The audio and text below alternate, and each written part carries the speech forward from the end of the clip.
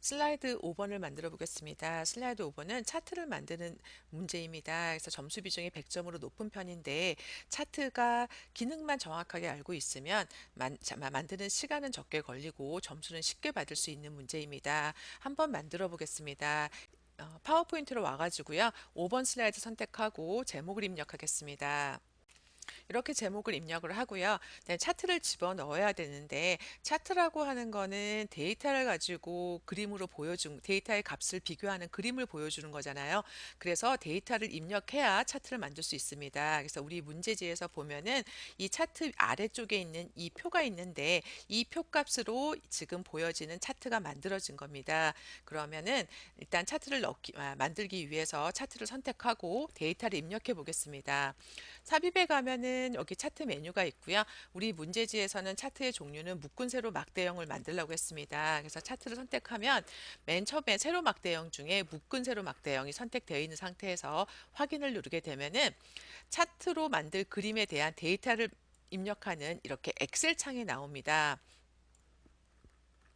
그래서 이 파워포인트에서 차트를 위해서 트는 엑셀 창은 데이터를 입력할 수 있는 셀 값만 딱 나오는데요. 만약에 이 입력된 데이터 값의 소수점이라던가 표시 형식을 바꿔줘야 될 때는 여기 엑셀 부분을 데이터 편집에 들어가게 되면 엑셀 메뉴가 뜹니다. 근데 지금 같은 문제 같은 경우는 뭐 데이터를 편집할 만한 그런 뭐 소수점이나 이런 게 없기 때문에 그냥 이 상태에서 입력해 보겠습니다.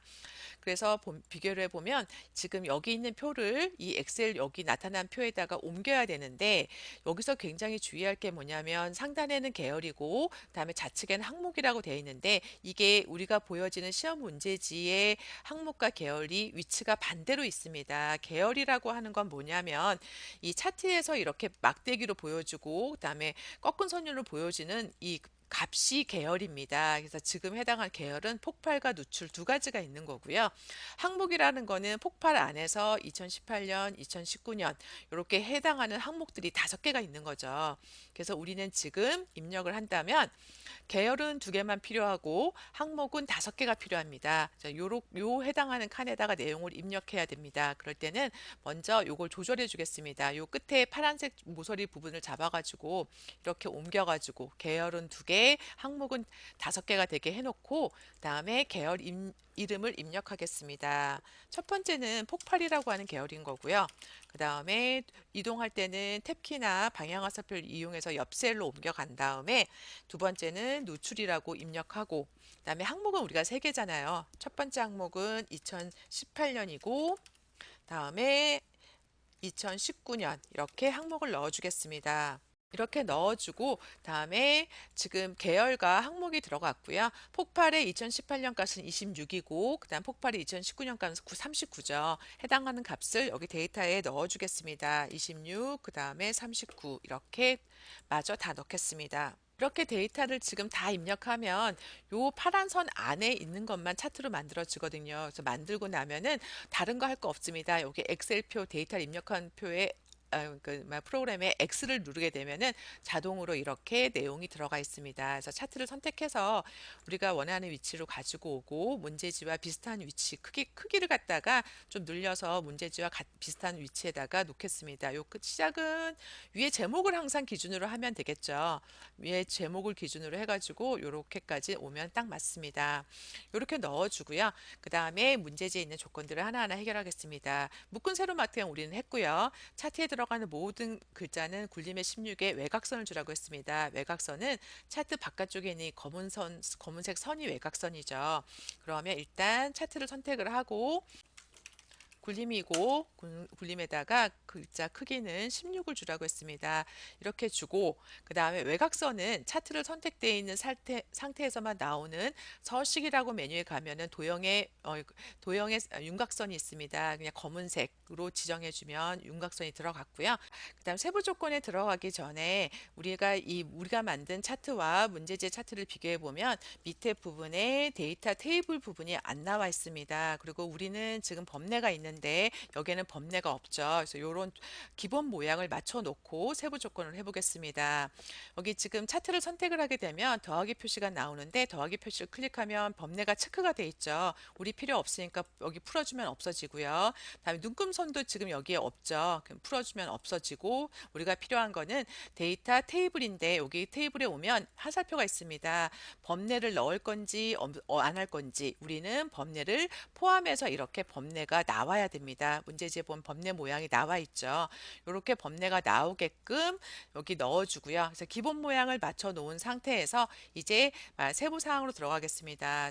세부 조건의 첫 번째는 뭐냐면 제목을 만들라는 거고요. 제목을 갖다가 이렇게 하얀 박스에 그림자 효과를 주고 궁서에 24를 주라고 했습니다. 그러면 제목을 갖다가 선택을 하고 제목을 먼저 입력부터 하겠습니다.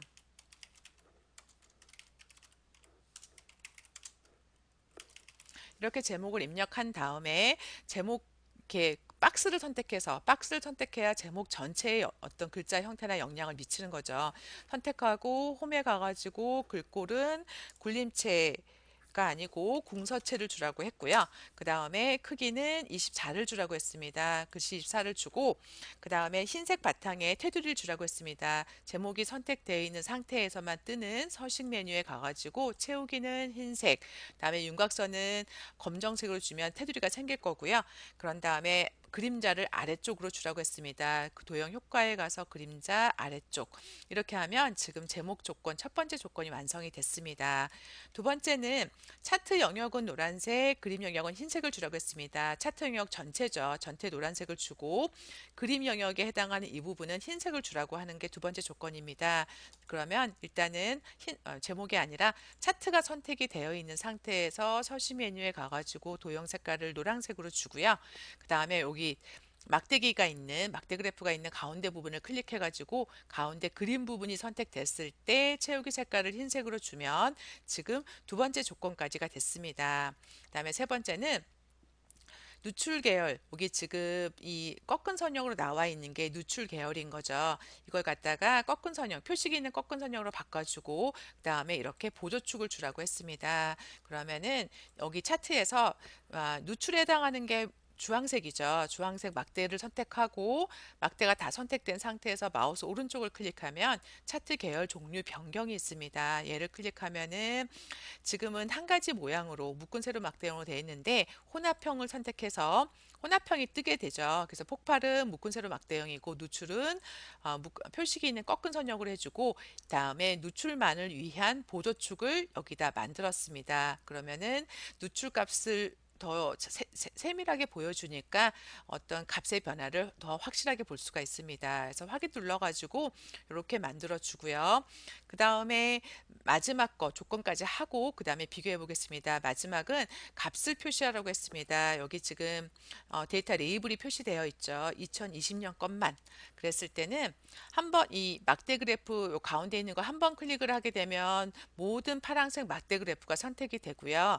한 번 더 가운데 걸 클릭해 두 번 클릭을 하게 되면은 하나만 선택이 됐을 때 마우스 오른쪽을 클릭해서 데이터 레이블 추가를 클릭하면 데이터 레이블 값이 들어갔습니다. 근데 혹시 들어간 값이 이 자리가 아닌 경우에는 얘를 갖다가 더블 클릭을 했을 때 위치를 갖다가 바꿔줄 수 있죠. 이렇게 바꿔줄 수 있는데 우리는 바깥쪽 끝에라고 놓으면 되겠죠. 그래서 이렇게 데이터 레이블 추가를 하면 되고요. 그러면 지금 세부 조건에 해당하는 건 다 했고요. 뭐가 아니냐면 여기 도형을 넣는 건데 도형을 넣기 전에 나머지 모양들이 다 같은지 한번 확인해 보겠습니다. 일단은 지금 Y축에 여기 까만 선이 있잖아요. 여기 까만 선도 지금 우리는 안 보이고 여기도 선이 지금 까만색이 색깔이 조금 다르죠.